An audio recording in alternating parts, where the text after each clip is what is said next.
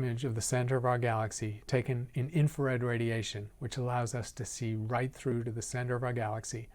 The constellation of Sagittarius is at the center of this image, and that is looking directly towards the center of our galaxy from the position of the Sun. Here's what the view looks like in visible and infrared light. As already mentioned, the visible light view is obscured. In fact, we can't see more than a few thousand light years from the Sun looking towards the center of our galaxy before our view is completely blocked by dust. The dust absorbs and scatters light, such that it's like looking through a closed door. But infrared radiation is less affected by dust and travels freely from the center of our galaxy. So we look to longer wavelengths to see to the center of our galaxy. We also see something unusual going on when radio wavelengths are involved. So radio telescopes have made these images of the region near the center of our galaxy, and they see extraordinary activity.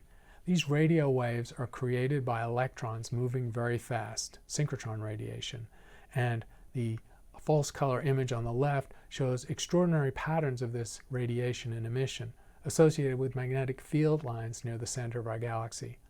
On the right, we see a zoom in to the very center of Sagittarius, and the white dot is a compact radio source that was named Sagittarius A star. It's the most compact radio source known in astronomy, and it's an extraordinary object that nobody could explain when it was first observed 25 years ago. Let's zoom in on the center of our galaxy and see what it looks like. We're looking in visible light, of course, and we're looking towards the Sagittarius constellation.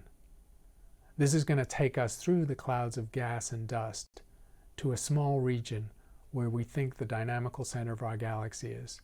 Now we pivot to an infrared view, which allows us to see transparently through to the center.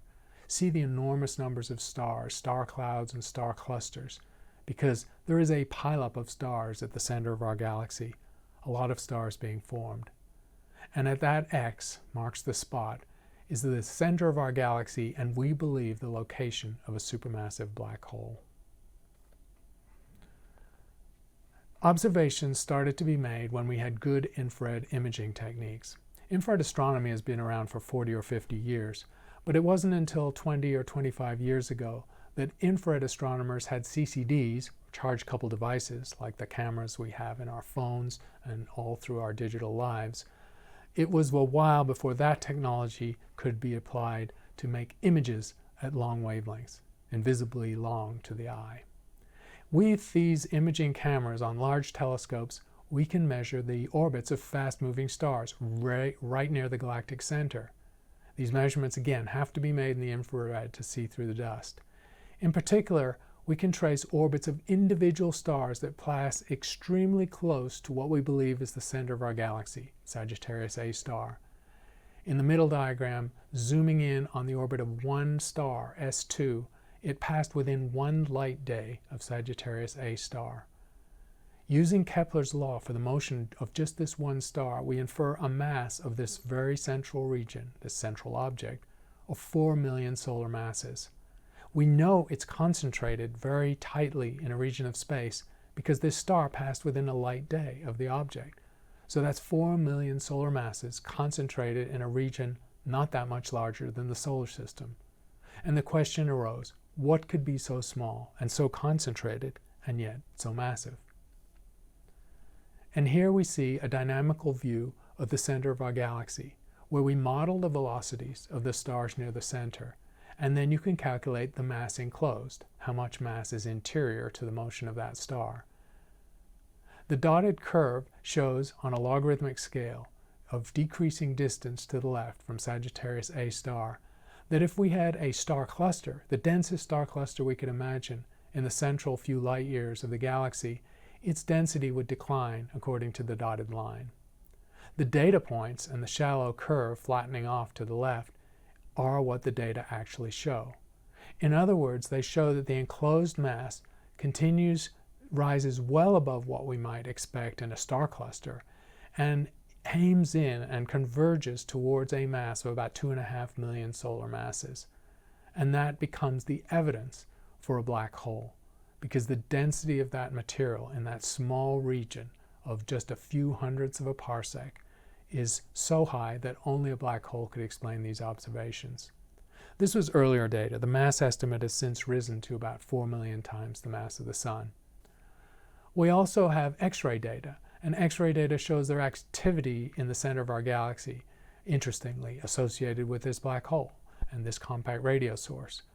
There's a very rapid rise and fall time for X-ray flares, again implying that the emission region is only 20 times the size of an event horizon of a 4 million solar mass black hole.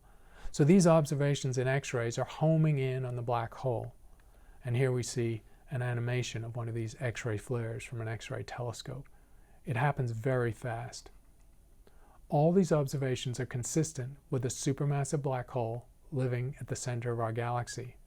We speculate that the energy from this flare came from a comet-sized lump of matter torn apart before falling through the black hole's event horizon.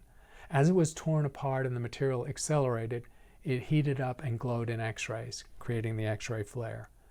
So this is an extraordinary data set that's possibly showing us the death throes of material falling into a massive black hole. Let's look at the orbits near the center of our galaxy. This is the beautiful data in the infrared taken by two different groups. This data is from UCLA. There's a group in Munich that have been doing the same thing for the same amount of time. In this way, we're looking at the orbits of the individual stars played out over years, actually decades. Each of these stars gives a probe of the central mass, and so we don't just have one, but dozens of measurements of the mass of this black hole, proving beyond doubt that it exists.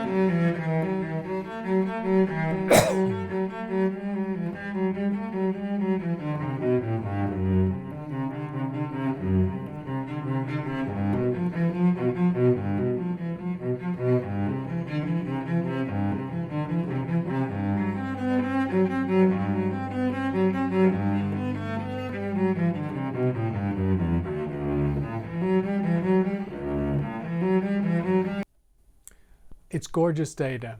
These astronomers have to be very patient. They waited decades to gather this data, and they're going to keep going. And also they needed technology as an assist. They needed infrared cameras, and they also needed adaptive optics, which we've talked about before, to sharpen the images to get the very finest angular resolution in the center of the galaxy. Here we see an animation again of that very central region, showing about a decade's worth of data. And you can see coming in here from the left, S2, the star that swooped very close to the black hole on a very elongated Keplerian orbit, and will return in about 2 decades to the central region. But again, each of these stars is a tracer or a probe of the black hole itself, adding information to our view of it. And what lies in the future are bigger and better observations and sharper observations. So you can see in these animations of the center what can be done with the Keck 10-meter telescope on the left and current adaptive optics. The next generation adaptive optics system in the middle panel shows sharpening significantly. And what that sharpening shows, as you see the end of each of these sequences, is how many stars' orbits can be followed in a region of space. As you sharpen the images, you're able to trace more stars in this crowded stellar region and get more traces. You also have an increasing likelihood of getting lucky and finding a star that might go behind the black hole and be shadowed by it, or even pass into the black hole and we get to watch it happen. On the right-hand side, you see the planned 30-meter extremely large telescope that the California system and Caltech are planning with adaptive optics. There the gain is extraordinary. From monitoring a dozen or so stars, you'll be able to model 50 or 100 and really get a chance of seeing the lucky observation where you see so close to the event horizon that you can test general relativity in new ways. So this is the frontier of black hole astrophysics and of tests of general relativity. And that's the end of this topic.